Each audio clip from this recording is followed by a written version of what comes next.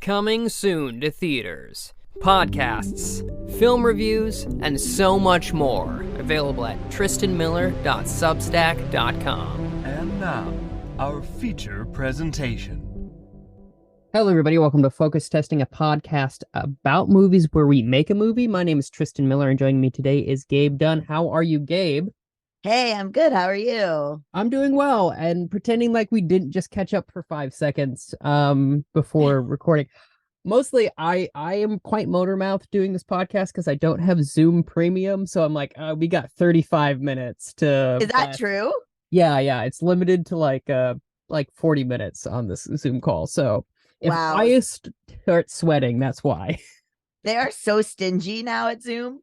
They are so stingy. They are. For the long time, if it was two people, you could just talk and talk and talk till the cows came home. And then now, what can you do?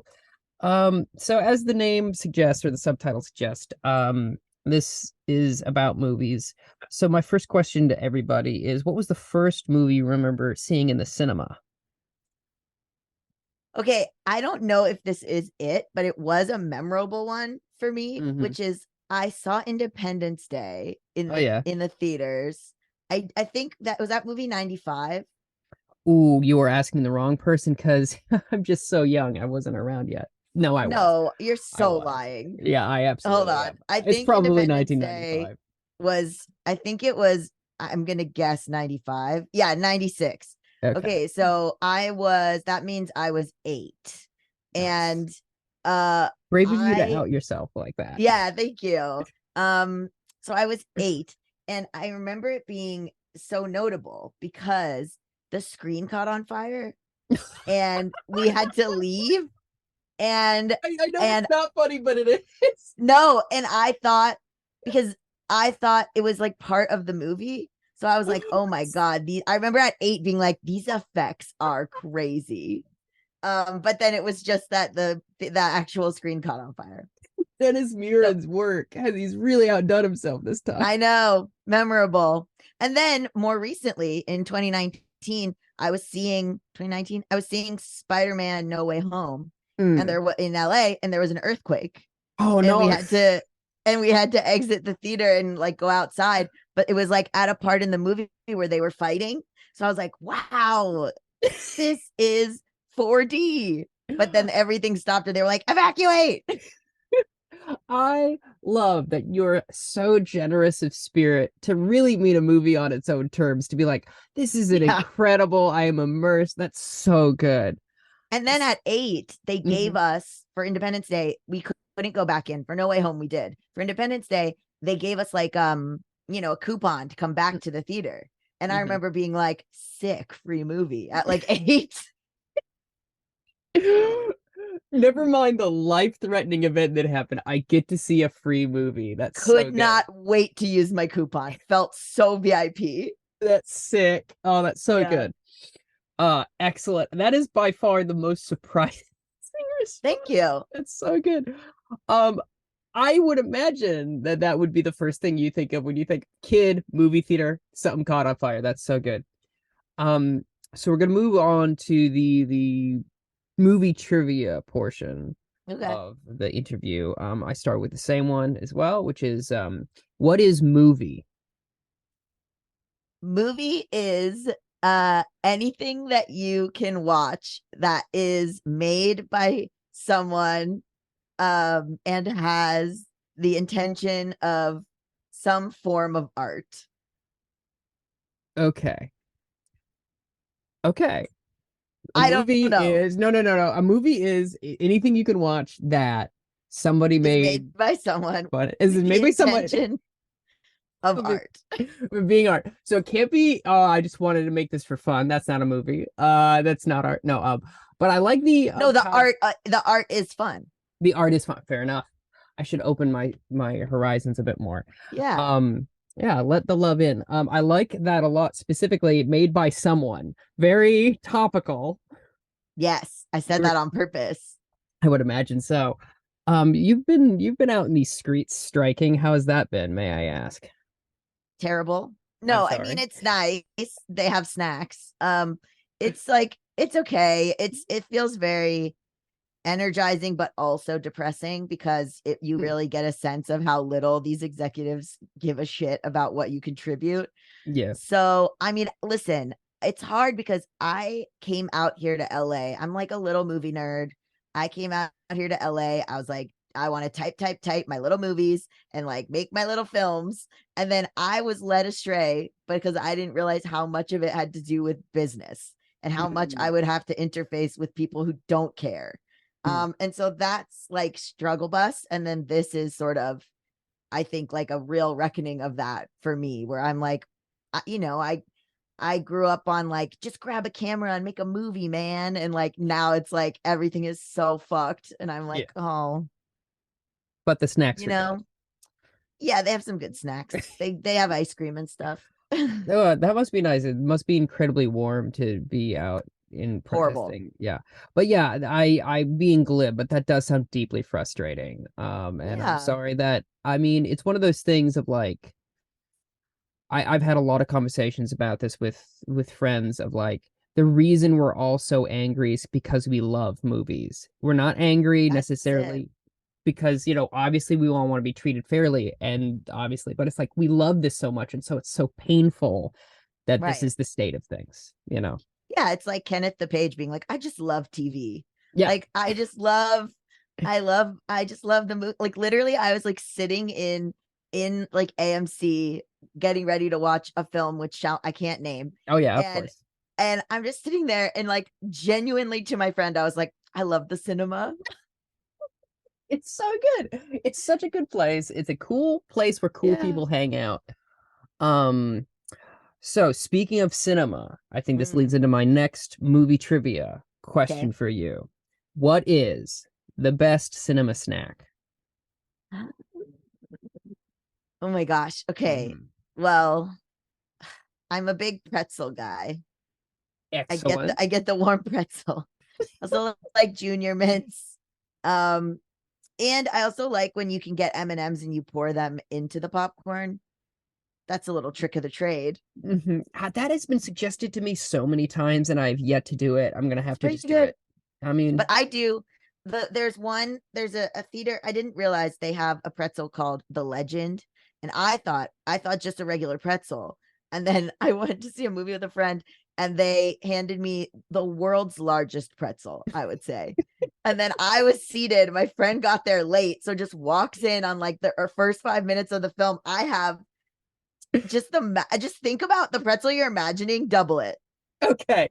And I was like, and then I was just like, hey, do you want some? Excellent. Oh, that's so good. So I got a couple other ones here. What is what is a film you would like people to remember but they don't? Oh my god, there's so many.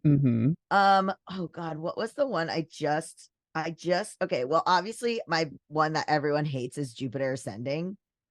Film I need to see. Wanted to, then was put off by it, but it's the Wachowskis. It's amazing and also terrible and also amazing. No, it's not even terrible. I take that back. It's an incredible film with all sincerity. It's Channing Tatum plays a dog. Sick. Eddie Redmayne is giving the performance he should have won the Oscar for. It is incredible on all counts. Oh no, he's not just a dog, he's a roller skating dog. He's a roller skating dog. Yeah. And then I did recently watch, not recently, a while ago, but I forget that there are movies that like had such big stars in them and we never talk about them again. Like I watched Virtuosity because I was on like a Russell Crowe kick. Do you know Virtuosity? I know. Speaking of the Wachowskis, Virtuosity wishes it was the Matrix. It was like in its mind, it went, I am the fucking Matrix. And then it was not the Matrix. I think I recognize that name from the $5 bin at a Walmart. And I think that's the kind, am I kind of in that right area with that kind of assumption? Yeah, Russell Crowe plays like an AI who gets out of his AI. Oh, and Denzel Washington is, well, it's a spoiler, but not really. But you learned it in the first 5 minutes. I guessed it in the first 5 minutes. is that he's a cop who did a crime, and then he's in jail, but now they use him in simulations to be a cop and train the bad guys, and they tell him, oh, you can get out of jail if you do these simulations, but it's like, they're risking these prisoners' lives or whatever. And then Russell Crowe has never been more attractive to me than as a absolute psychopathic AI in this film. He's hot. You know what? I've heard that, Gabe. I've heard that Russell Crowe, New But he's Zealand's different. own. This is a different vibe. You're picturing like gruff Russell Crowe. This is like kind of twinky, swishy Russell Crowe. He's Like- never again, he's funny. He never again replicates this performance. I promise you. Okay, I'm gonna have to watch it. I mean, he was, I wouldn't say twinky in Master and Commander, but he was certainly like dashing and not rugged at all. Is it like This because is he's like got, I'll have to look it up. he's blonde, like he's wearing these like really bizarre little like gay outfits. I don't know how to explain it. Excellent. You love to see it.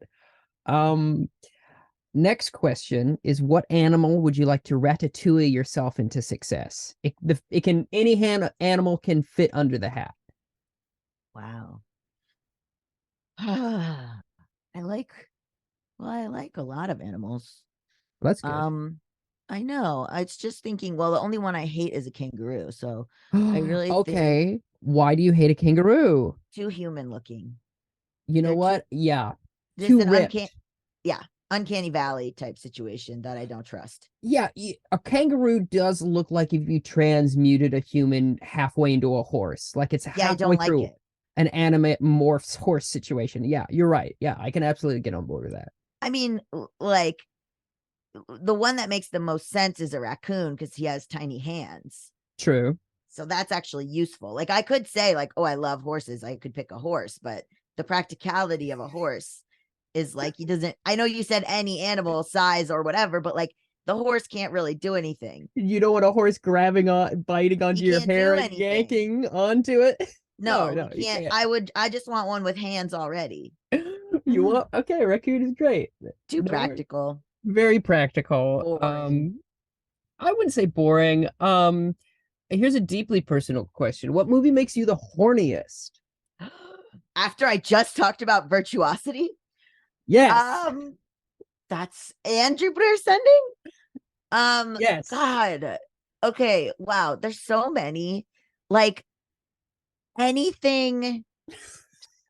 Anything. Period. Like no, I know it's hard. I guess like anything where there's some sort of like throuple dynamic, like any kind of like weird gay subtext kind of. I don't know how to explain it. Like, like Butch Cassidy and the Sundance Kid. Is there a throuple in that movie? Butch Cassidy, the Sundance Kid, and the lady whose name I don't remember. Right. It's like always there's like two guys, and then they're like this is a cartoon, but like Road to El Dorado. Do you know what I mean? Yeah, where it's like two guys, and then like a hot girl joins them. It's kind of like, ooh, which one is gonna go? But like the guys already kind of have their dynamic. And then it's like, who's the hot girl gonna go for? But it's kind of like could be either one or both. Doesn't really matter. Like a E2 Mama Tambien, but like put that on kind of everything. You know what I mean? Yeah, it's there if you're looking for it. Yeah, absolutely. Yeah, that movie. I used to like that movie Threesome with Josh Charles. Do you know that one? I do not. It's, oh my God, that's a wild one. It's Lara Flynn Boyle. I want to say Billy Baldwin, Stephen Baldwin, one of the Baldwins, and then Josh Charles. And Josh Charles is gay and he's in love with Billy Baldwin, I'm guessing, who's his roommate. And Billy Baldwin's in love with Lara Flynn Boyle. And then but she's in love with Josh Charles, who's gay. So in order to sort of make all of this work, they just become a throuple and all have threesomes, and that's the movie. That sounds like an excellent film. I would watch it. What is it called again? It's called Threesome. Nice. They really just, but of course, there's heartbreak and chaos that ensues because that you haven't solved it, it turns out. Of course. Next question. What director do you think makes for the best actor? Wow, what a fascinating question. Hey, thanks. I work hard on these sometimes. What director makes for, I mean, I guess you could say Greta Gerwig right now. I suppose, but yeah. it's also like so many like actors become directors. Mm. Um, So I often think know? someone who started off as a director then did some acting. I try to encourage people of thinking, Right, but yeah. Greta is an excellent example. Or like yeah, I mean, I'm a Tarantino apologist, but I do not think he's a good actor. He said the most menacing thing in an interview a couple of years ago is like, yeah, after this next movie, I'm gonna return to my first love, acting. And everyone went, no, no, no, no, no, no. It was very sad. Yeah, he's horrible. But Yeah. like he gives you, he's giving you Tarantino. You see him, you're like, that's the guy I'm gonna get. He Yeah. had the audacity to say, me and George Clooney were brothers. He did. He really did. And that's the audacity. The confidence. The confidence. Yeah, sheer confidence. Okay, I like that. I like that a lot. All right. Let me see. I have two more questions for you, then we'll get to the game. Okay. Next question is, what is my favorite movie? Wow. Based of, Okay. mm-hmm. Based on what you know me. Okay, interesting. Okay, it's either going to be something so sentimental, or I feel like I'm leaning towards like super sentimental. Like either like something from when you were like a kid, Mm-hmm. or like or something where it came out recently and it was indie and you're like, this has touched my heart. Not recently, let's say 2010s. So it's like either like E.T. or it's like Little Miss Sunshine or something. You know what I mean? It's like because you're not basic, so it's not 500 Days of Summer, because that would mean you're a basic bitch. But like or like what, or like it's like The Land Before Time, or it's like what's like something that came out that was like that was well now I'm yeah, that was like something that was like, what's like an indie that everyone lost their shit over in like 2012? Well, I don't even know. Okay, here's what I'm going to say is, out of the three films you've mentioned, I've only seen one. What? Out of the three, and it was 500 Days of Summer, which is not my favorite movie. It did help me go through a breakup in high school, which is what it's there for. Look at your glasses. Of Yeah, course. absolutely, 100%.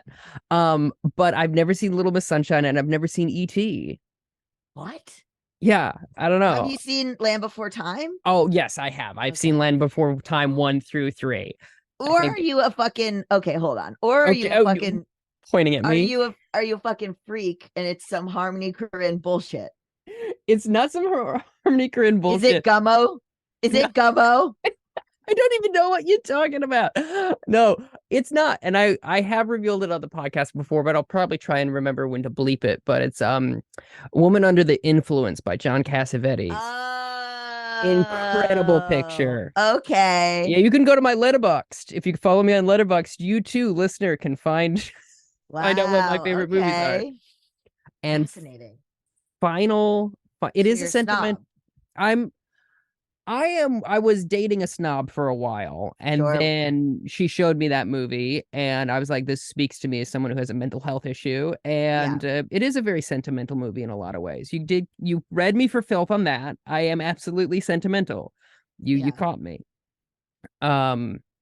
The other ones that I have listed are Whale Rider, another sentimental film. Wow. Okay. And also, If Beale Street Could Talk, another very sentimental movie. I hated that movie. Oh, well, I will fight you in the street. And then finally, it's okay. Kiki's Delivery Service, all very sentimental films. That is so, oh my God, Whale Rider and Kiki's Delivery Service. Yeah. They change. Jesus Christ. You're like a woo, those little like, you're like the bottom emoji. That's you. With the little doe eyes. That's you. You're the bottom emoji with the little hands doing this. You're not wrong. Yeah. You're absolutely not wrong. You've absolutely honed in on something.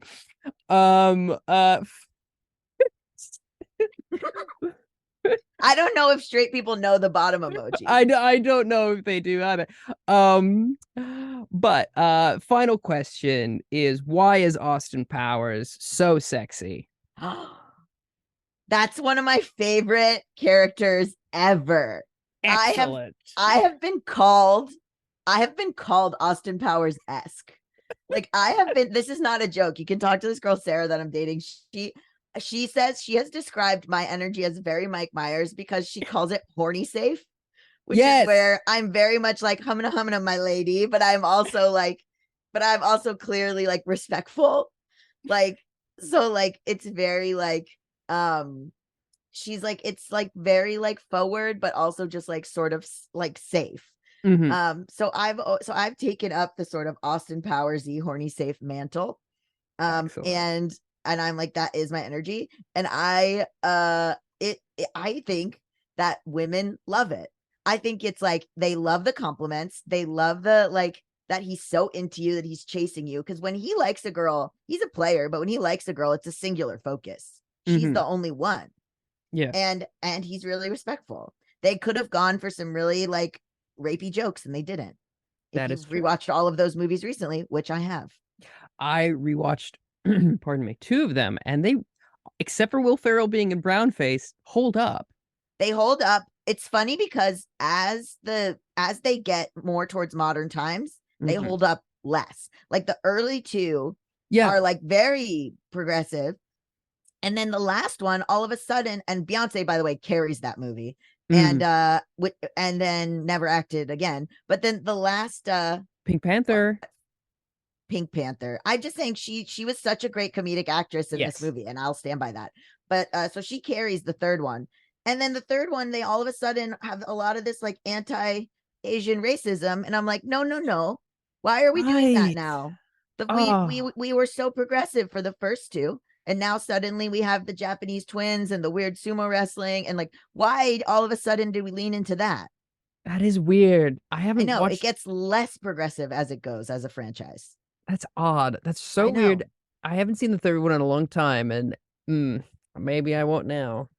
No, Beyonce really. I mean, that is if you can get past that, Beyonce is giving the performance of her life. I will see that scene with Beyonce. Is this? I hope I'm remembering correctly. It's Beyonce and Nathan Lane. Yes, it's so good. Oh, it's the best. It's absolutely a masterclass. It's so good. All right, are you ready for the game? Yes. Okay, so our random word today is, well, this is perfect. The word that I went to randomwordgenerator.com and I hit generate random. Rider? It was not whale rider. Cinema is the word. Cinema. No. You want to do a different one? Do that. I don't know. Cinema. Do a different one. See what it says. One. Okay. See what it says. Oh my God! It says cinema again. No. Liar. It says cheese. It says cheese. Okay. Mm-hmm. Bit of a ratatouille, but we'll go a different direction with it.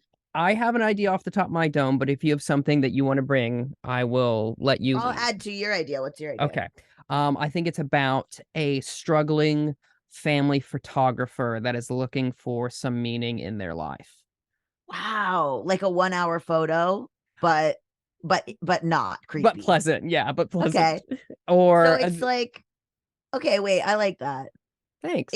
It's like 27 Dresses. Like it's someone who like is a family photographer, and like all they do is take pictures of families, but they they have a bad relationship with their family, and they want to get married and have a baby so bad, but they can't find the right person. So they're like always the family photographer, never the family. Absolutely. I agree 100%. Excellent. Love it on the poster. I agree. I almost said wholeheartedly. Yeah, wholehearted. We can add it. We can add some of that. No, wholeheartedly. I think that's great. Is it like an indie sort of character study? I feel like it is one of those movies that people aren't sure if it's a comedy or not, because they've cast it like a very funny, like a Bill Hader type person in a more serious role, so people are kind of confused, but it's an independent like dramedy. I feel like what was the one with Jim Carrey? Majestic. Sure. or Bill Hader, Skeleton Key. Yes. Skeleton Twins. Twins, Skeleton twins. Twins. So that was interesting. Yeah, that was like a dark comedy. Mhm. Okay, so it's somebody's taking their turn into dark comedy who has Mhm. done primarily comedy. Yes. So do we cast it? If yeah, you can cast it, absolutely. If you have someone in mind. Someone who's like just like a comedy guy who's like just Comedy, does comedy stuff. Diversity. And then What he's if gonna it's- take a turn. Keenan. What if it's Keenan? Why did I also think Keenan? Yes.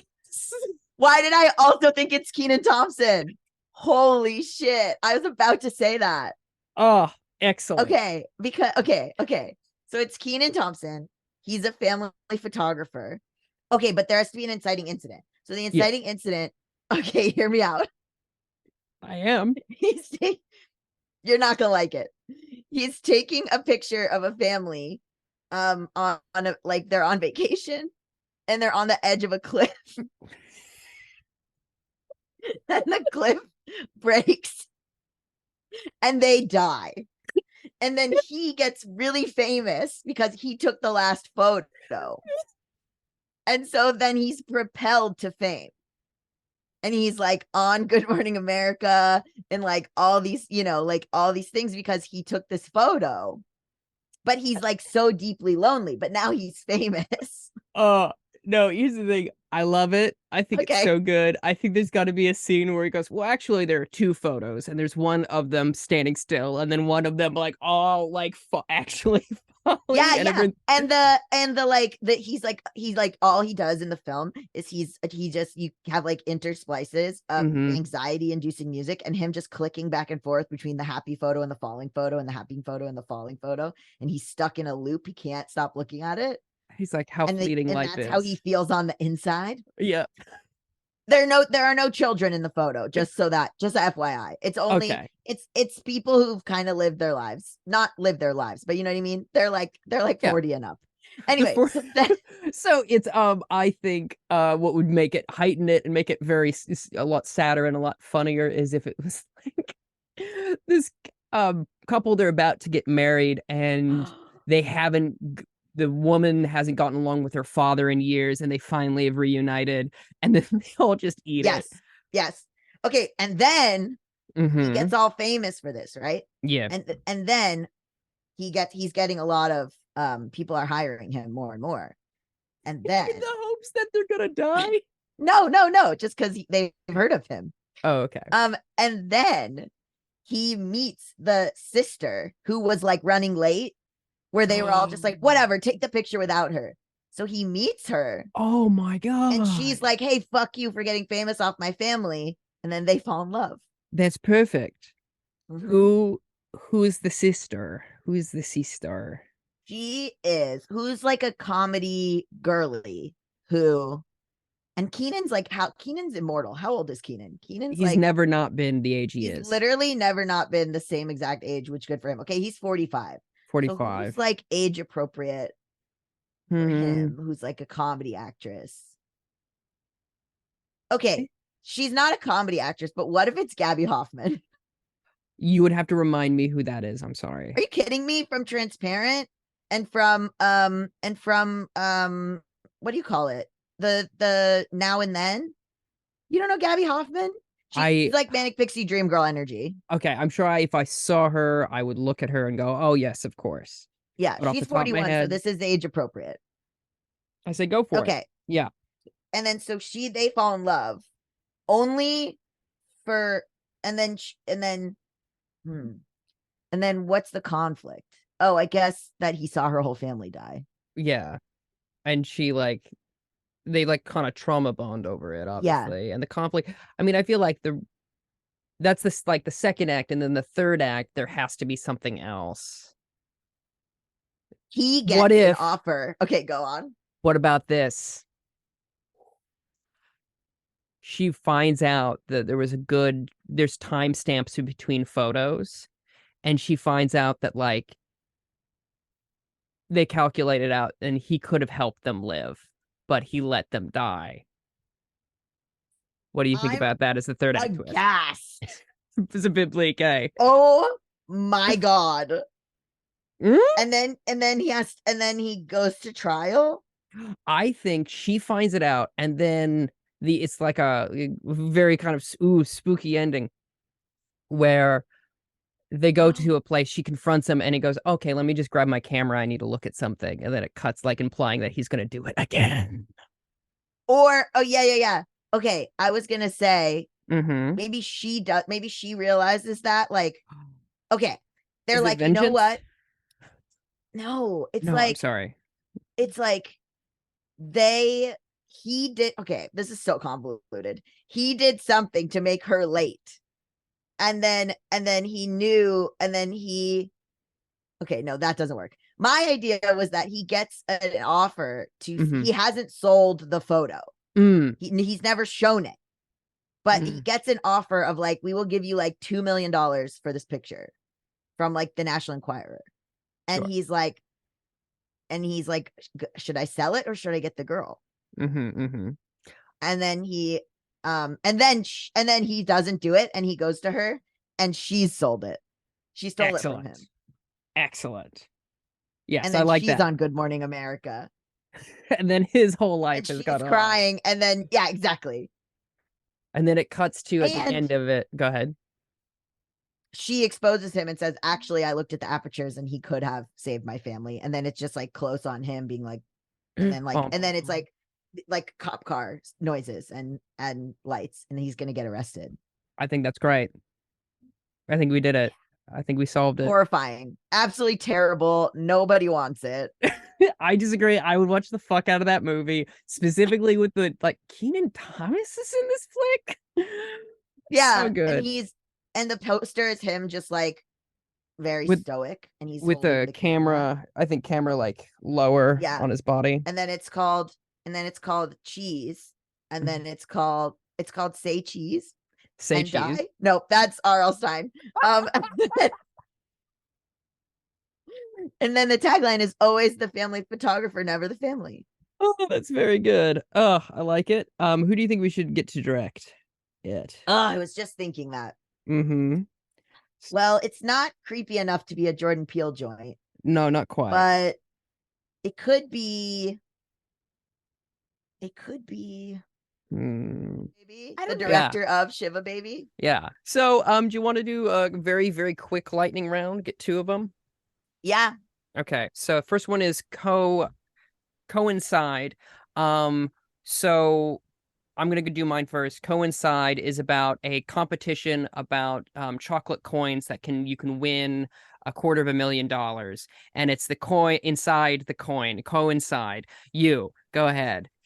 Coincide. What's your pitch? It's about two twins. It's about twins that were separated at birth, and they both happen to marry also girls who are twins, and then they see each other again, and it's one actor playing both the parts, and it's like really awkward, and then there's all these mishaps of who's dating who and stuff, and it's a hijinks comedy. Perfect. Excellent. Next one is Grow. I think Grow is about a young boy who eats and eats and eats and eats and keeps getting bigger and bigger and bigger and bigger, and the doctors can't figure out what's wrong with him until he's so big. How big is he? That they have to shoot him into space because the Earth's axis is being tipped off. But then they finally realize in the third act that he's going to solve climate change by moving the Earth a little bit further away from the sun. What's your Grow? Wow. Okay, I went a different direction.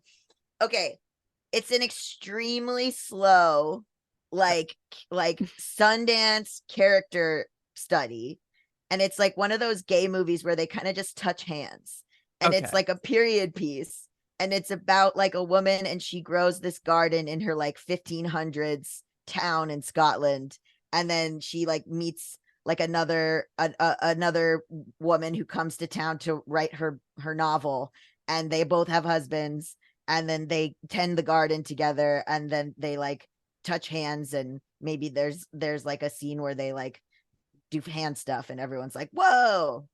Excellent. You know what I mean? Like a Portrait of a Lady on Fire. Yeah. I know. I got you. Oh, that's very good. I like that a lot. So Gabe, before we wrap up, anything you want to let people who listen to this podcast know about you and what you're doing? Sure. You can find me at Gabe S. Dunn on Instagram. And you can look at stuff about my film, which is You and Me film, on Instagram. I can't say more about it because we're on strike.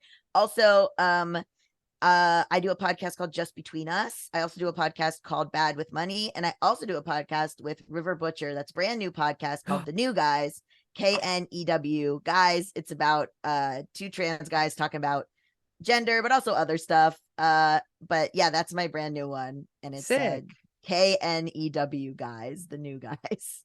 Excellent. I love River. So thank you for having me. Yeah, thank you for being such a good guest. This is so much fun. Thanks for being on. Gonna stop recording now. Oh my God, so silly.